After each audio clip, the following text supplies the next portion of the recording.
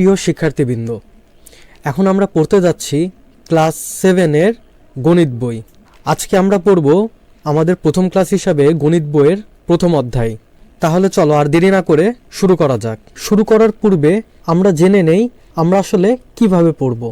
আমরা প্রথমে বইয়ের উদাহরণগুলো দেখব, সেগুলো একটু বোঝার চেষ্টা করব।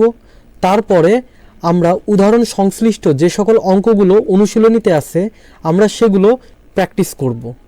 প্রথম অধ্যায়টি গঠিত হয়েছে মূলদ ও অমূলদ সংখ্যা এই অধ্যায়টা নিয়ে।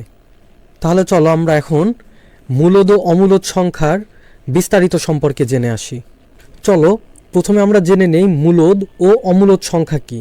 মূলদ ও অমূলদ সংখ্যা সম্পর্কে যদি তোমরা জানতে চাও তাহলে তোমরা এই বিষয়ে বিস্তারিত জানতে পারবে ক্লাস 9-10-এর সাধারণ গণিত বইয়ের প্রথম অধ্যায়ে।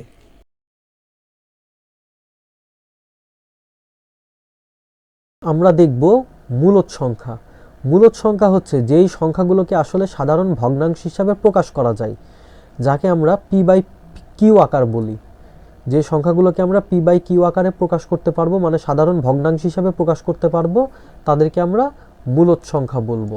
যেহেতু একটি সাধারণ ভগ্নাংশের হর কখনো 0 হতে পারবে না। যদি 0 হয় তাহলে সেই ভগ্নাংশটা আসলে অসংজ্ঞায়িত হবে। তোমরা যদি ক্যালকুলেটরে কোনো সংখ্যা লিখে তাকে 0 দিয়ে ভাগ করো তাহলে দেখবে সেটা অসংজ্ঞায়িত আসছে, ম্যাথ এরর আসছে। এই জন্য এখানে লিখে দিয়েছে কিউ কখনো 0 হতে পারবে না, Q is not equal to 0। তার মানে হর কখনো মূলদ সংখ্যা হওয়ার জন্য এই যে হর কিউ আছে এই হর কখনো 0 হতে পারবে না। আমরা জানি হরের সর্বনিম্ন মান হতে পারবে 1। যেমন এখানে দেখাচ্ছে একটি পূর্ণ সংখ্যা আছে 3, সেই সংখ্যাটাকে যদি আমরা p/q আকারে লিখি তাহলে 3 উপরে বসবে, লবে বসবে এবং হরে 1 বসছে। এখন দেখো যে কোনো মূলদ সংখ্যাকে দুটি সহমৌলিক সংখ্যার অনুপাত হিসাবেও লেখা যায়। তার মানে আমরা দেখলাম সহমৌলিক সংখ্যা কি কি, যে সংখ্যাগুলোর গসাগু আসবে 1, তার মানে সংখ্যাগুলোর কোনো সাধারণ গুণনীয়ক থাকবে না, তখন সেগুলোর গসাগু হবে 1। আর এখানে যেহেতু সংখ্যাগুলোর দুটির সহমৌলিক সংখ্যার অনুপাত হিসাবেও লেখা যায়, অর্থাৎ আমাদের সংখ্যাটা যদি বড় হয়, মনে করো উপরে আছে হচ্ছে 6 এবং তার নিচে আছে 8, তাহলে আমরা এটাকে কেটে ছোট করতে পারি। ছোট করলে তখন মান আসবে, আমরা যদি 2 দিয়ে কাটি তাহলে 6-এর জন্য এখানে বসবে 3 আর 8-এর জন্য এখানে বসবে 4। তাহলে দেখো এই যে 6/8 এটা তো আমরা p/q আকারে লিখলাম, এটা তো একটা পদ্ধতি তো গেল, কিন্তু একে আমরা লঘিষ্ঠকরণ করে আমরা চাইলে 3/4 এভাবেও লিখতে পারি। দেখো 3 এবং 4 এদের মধ্যে কিন্তু কোনো সাধারণ গুণনীয়ক নেই, ফলে 3 এবং 4-এর যদি আমরা গসাগু বের করি তার মান আসবে 1। আর যেহেতু এদের কোনো সাধারণ গুণনীয়ক নেই এবং গসাগু 1, ফলে এদেরকে আমরা সহমৌলিক সংখ্যা বলতেই পারি।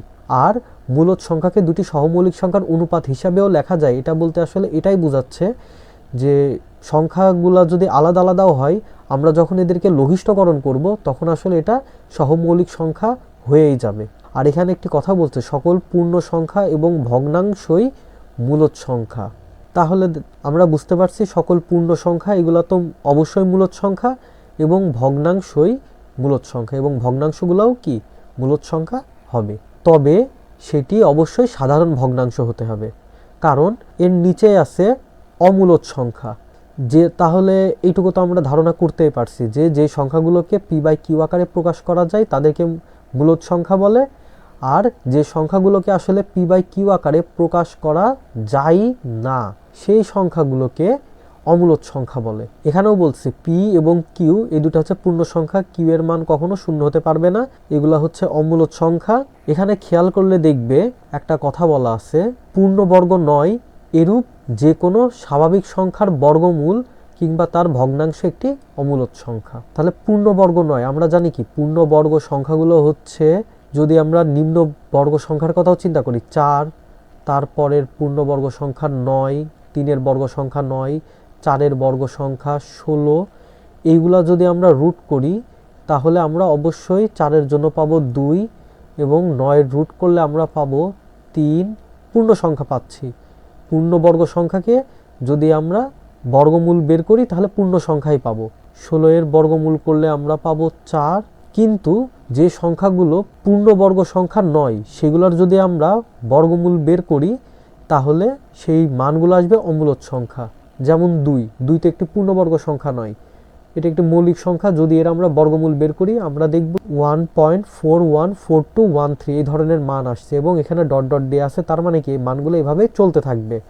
আবার √3 আছে, √3 এটাকে যদি আবার আমরা এর মান বের করি তাহলে 1.732 ডট ডট মান আসছে। তার মানে এই মানগুলোকে চাইলে আমরা সাধারণ ভগ্নাংশে প্রকাশ করতে পারবো না, কারণ এর মানগুলাই একটু ভিন্ন। এগুলো দশমিক ভগ্নাংশ, তবে সাধারণ ভগ্নাংশে প্রকাশ করা যাবে না, এই জন্য এগুলো অমূলদ সংখ্যা। এখন আমরা জানব বর্গ ও বর্গমূল সম্পর্কে। বর্গের সাথে আমরা অনেক আগে থেকেই পরিচিত। জ্যামিতিতে আমরা জানি যে চতুর্ভুজের 4টি বাহু সমান এবং কোণগুলো সমকোণ তাকে আমরা বর্গ বলি। জ্যামিতিক বর্গের সাথে এখানকার বর্গের অনেক মিল আছে। কিভাবে? আমরা যদি খেয়াল করি এখানে একটি বর্গ দেয়া আছে যার 4টা বাহু আছে। আমরা যদি ধরি এখানে এই বর্গের প্রতি বাহুর দৈর্ঘ্য 3 সেন্টিমিটার, তাহলে তার ক্ষেত্রফল হবে 3 গুণ 3 সমান 9 বর্গ সেন্টিমিটার।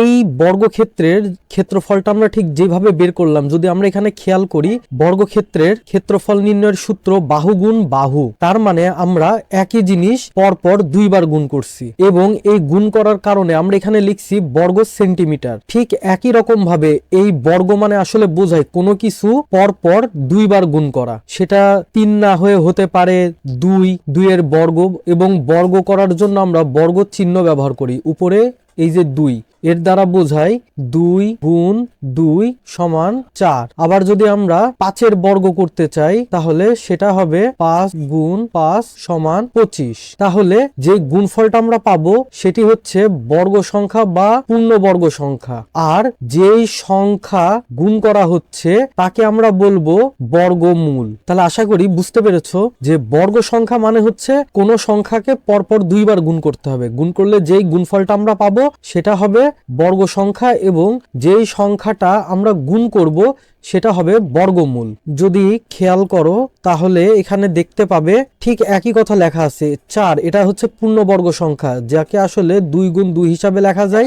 এটাকে আবার 2 এর উপরে স্কোয়ার হিসেবেও লেখা যায়। এই স্কোয়ারটাকে আমরা বর্গ বলবো এবং 2 হচ্ছে বর্গমূল আর 4 হচ্ছে বর্গ সংখ্যা। পূর্ণবর্গ সংখ্যার তোমরা এখানে কিছু উদাহরণ দেখতে পাচ্ছ, যেখানে বর্গের বাহুর দৈর্ঘ্য দেয়া আছে মিটারে। যদি সেটা 1 মিটার হয় তার ক্ষেত্রফল হবে 1 গুণ 1 বর্গ মিটার। যদি বর্গের বাহুর দৈর্ঘ্য 2 মিটার হয় তাহলে তার ক্ষেত্রফল হবে 2 গুণ 2 4 বর্গ মিটার। যদি তার এক বাহুর দৈর্ঘ্য 3 মিটার হয় তার ক্ষেত্রফল হবে 9 বর্গ মিটার। এখন আমরা জানবো বর্গ সংখ্যার কিছু ধর্ম। এই সংখ্যাগুলোর কি কি ধর্ম রয়েছে তোমরা যদি এখানে খেয়াল করো তাহলে দেখতে পারবে এখানে কিছু সংখ্যা দেয়া আছে যার বর্গ সংখ্যা দেয়া আছে। বর্গ সংখ্যার একক স্থানীয় অঙ্ক কখনো 2, 3, 7, 8 এই অঙ্কগুলো নেই।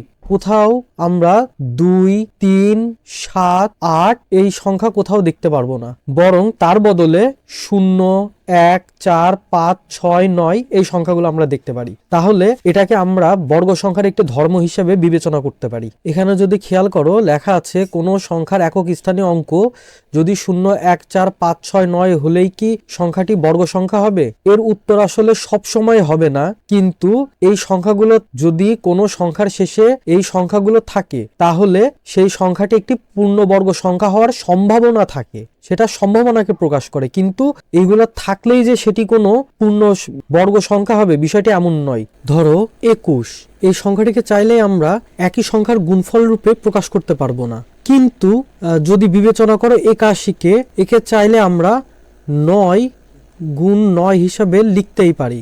তাহলে খেয়াল করলে দেখবে যে 1 আছে বলেই 81কে আমরা বর্গ সংখ্যা হিসেবে বিবেচনা করতে পারছি, কিন্তু সেজন্য প্রত্যেকটা সংখ্যাতেই যদি একক স্থানীয় অঙ্ক 1 থাকে তাহলে সেটি কিন্তু পূর্ণবর্গ সংখ্যা হবে না। আবার এখানে বলছে নিচের সংখ্যাগুলোর কোনগুলো পূর্ণবর্গ সংখ্যা নির্ণয় করতে। তাহলে আমরা জানি বর্গ সংখ্যার একক স্থানীয় অঙ্ক 2, 3, 7, 8 হতে পারবে না। তাহলে যদি আমরা এখানে খেয়াল করি 2062 এটি একটি পূর্ণবর্গ সংখ্যা নয়। 1057 এটি একটি পূর্ণবর্গ সংখ্যা নয়। 23453 এটি একটি পূর্ণবর্গ সংখ্যা নয়। 33,333 এটিও একটি পূর্ণবর্গ সংখ্যা নয়। আবার 1068 এগুলোও পূর্ণবর্গ সংখ্যা নয়। এখন আমরা বর্গ সংখ্যার আরও কিছু ধর্ম দেখব। এখানে যদি খেয়াল করো দেখতে পারবে কিছু সংখ্যা দেয়া আছে, যেমন 1 দেয়া আছে, 9 দেয়া আছে, 11 দেয়া আছে, 19 দেয়া আছে। এই সংখ্যাগুলোর একটি সাধারণ বৈশিষ্ট্য হচ্ছে এখানে একক স্থানীয় অঙ্ক 1 অথবা 9 আছে। এখানেও একক স্থানীয় অঙ্ক 1, আবার এখানেও একক স্থানীয় অঙ্ক 9। যদি এই সকল সংখ্যার আমরা বর্গ করি তাহলে সেই বর্গের একক স্থানীয় অঙ্ক আমরা সবসময় 1 পাবো। যেমন 1-এর যদি বর্গ করি তাহলে তার বর্গ আসবে 1। আবার যদি আমরা 9-এর বর্গ করি তাহলে তার বর্গ হবে 81, যার একক স্থানীয় অঙ্ক 1। আবার 11-র যদি আমরা বর্গ করি তাহলে তার মান আসবে 121, কিন্তু এই বর্গের একক স্থানীয় অঙ্ক 1। আবার যদি 19-এর বর্গ করি তাহলে সেখানে বর্গের মান আসবে 361, যার একক স্থানীয় অঙ্ক 1। এরপরে আসছে যদি আমরা কিছু সংখ্যা ধরে নেই যার একক স্থানীয় অঙ্ক 3 অথবা 7 হবে, তাহলে তার যদি বর্গ করি তাহলে সেখানে আমরা পাবো 9। যেমন 3 যদি এর বর্গ করি তাহলে আমরা পাবো এর বর্গ 9। আবার যদি 7 এর বর্গ করি তাহলে আমরা পাবো 49, যার একক স্থানীয় অঙ্ক 9। আবার 13 যদি এর বর্গ করি এর একক স্থানীয় অঙ্ক এখানেও আমরা 9 পাবো। একই রকমভাবে আবার যদি কিছু সংখ্যা ধরে নেই যেখানে একক স্থানীয় অঙ্ক 4, 6 এগুলা থাকবে, তাহলে তার বর্গ করলে আমরা সেখানে পাবো সেই বর্গের একক স্থানীয় অঙ্ক 6। 4-এর বর্গ করলে পাওয়া যায় 16, যার একক স্থানীয় অঙ্ক 6। আবার 6-এর বর্গ করলে পাওয়া যায় 36, যার একক স্থানীয় অঙ্ক 6।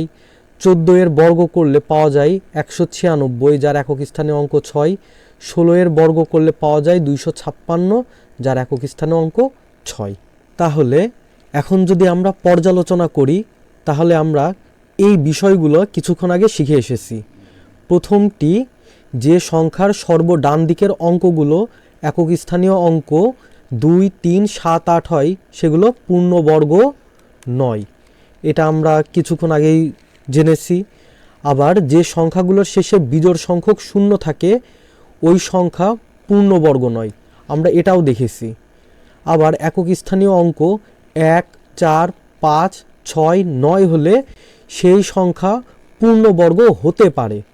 হতে পারে মানে তার পূর্ণবর্গ হওয়ার কিছুটা সম্ভাবনা থাকে। যেমন 81, 64, 25, 36, 49 এই সংখ্যাগুলো বর্গ সংখ্যা। কিন্তু তাই বলে 21, 24, 55 এই সংখ্যাগুলো কিন্তু পূর্ণবর্গ সংখ্যা হবে না। যদিও 21, 24, 55, 66 এবং 69 এই সংখ্যাগুলোর শেষেও কিন্তু 1, 4, 5, 6, 9 আছে, কিন্তু সেই জন্য এই সংখ্যাগুলো কিন্তু পূর্ণবর্গ সংখ্যা হবে না। কিন্তু 1, 4, 5, 6 এবং 9 যদি কোনো সংখ্যার শেষে থাকে তাহলে সেটি পূর্ণবর্গ হওয়ার একটি সম্ভাবনা তৈরি হয়, যা এই উদাহরণগুলোর থেকে আমরা কি দেখতে পাচ্ছি। আবার আমাদের 4 নম্বর পয়েন্ট, সংখ্যার ডান দিকে জোড় সংখ্যক শূন্য থাকলে ওই সংখ্যা পূর্ণবর্গ হতে পারে। এখানেও একটি সম্ভাবনার কথা বলা হচ্ছে। যেমন আমরা যদি খেয়াল করি 1-এর পরে 2টা শূন্য আছে, এই জন্য এটি একটি বর্গ সংখ্যা যার বর্গমূল 10। 10-এর উপরে যদি আমরা বর্গ করি তাহলে আমরা মান পাবো 100। আবার এখানে 4900 একটি সংখ্যা আছে যার শেষে 2টি শূন্য আছে, জোড় সংখ্যক শূন্য, এটাও একটি পূর্ণবর্গ সংখ্যা। কিন্তু তাই বলে আমরা যদি 200 ধরি এর শেষেও 2টি শূন্য আছে, এই জন্য কিন্তু এই 200 একটি পূর্ণবর্গ সংখ্যা হবে না। এখানে কিছু সংখ্যার বর্গ সংখ্যা এবং বর্গমূল দেয়া আছে, আমরা এটা দেখে বিষয়গুলোকে আরও একটু ডিটেলসে বুঝতে পারবো যে বর্গমূল কোনগুলো হবে এবং তার বর্গ সংখ্যা কত হবে। 2 এর বর্গ সংখ্যা 2 দুগুণা 4, 3 এর বর্গ সংখ্যা 9, 4, 4-এর বর্গ সংখ্যা 16। এভাবে অনেকগুলো সংখ্যার এখানে বর্গমূল কোনগুলো এবং কোনগুলো বর্গ সংখ্যা সেগুলা দেয়া আছে।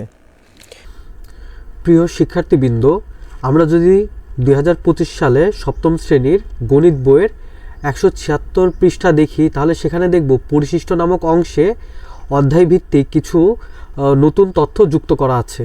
তাহলে চলো সেগুলো দেখে আসা যাক।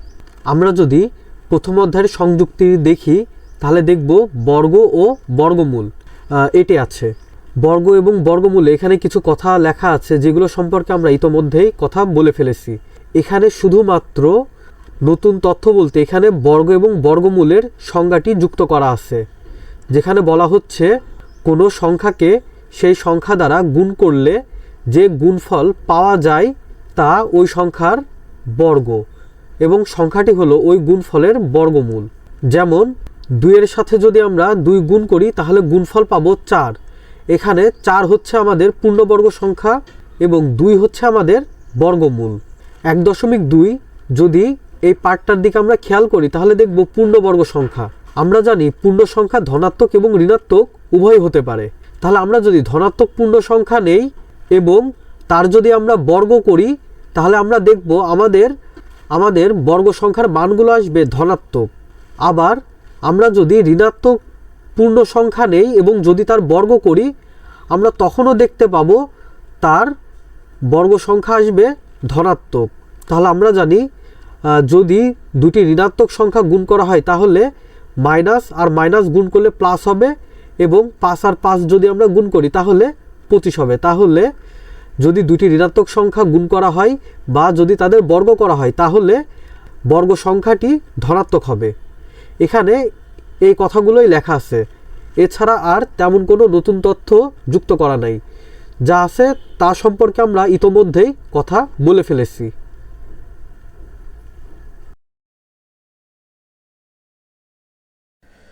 তাহলে আজ আর নয়, আমি এখানেই শেষ করছি। দেখা হবে পরের ভিডিওতে।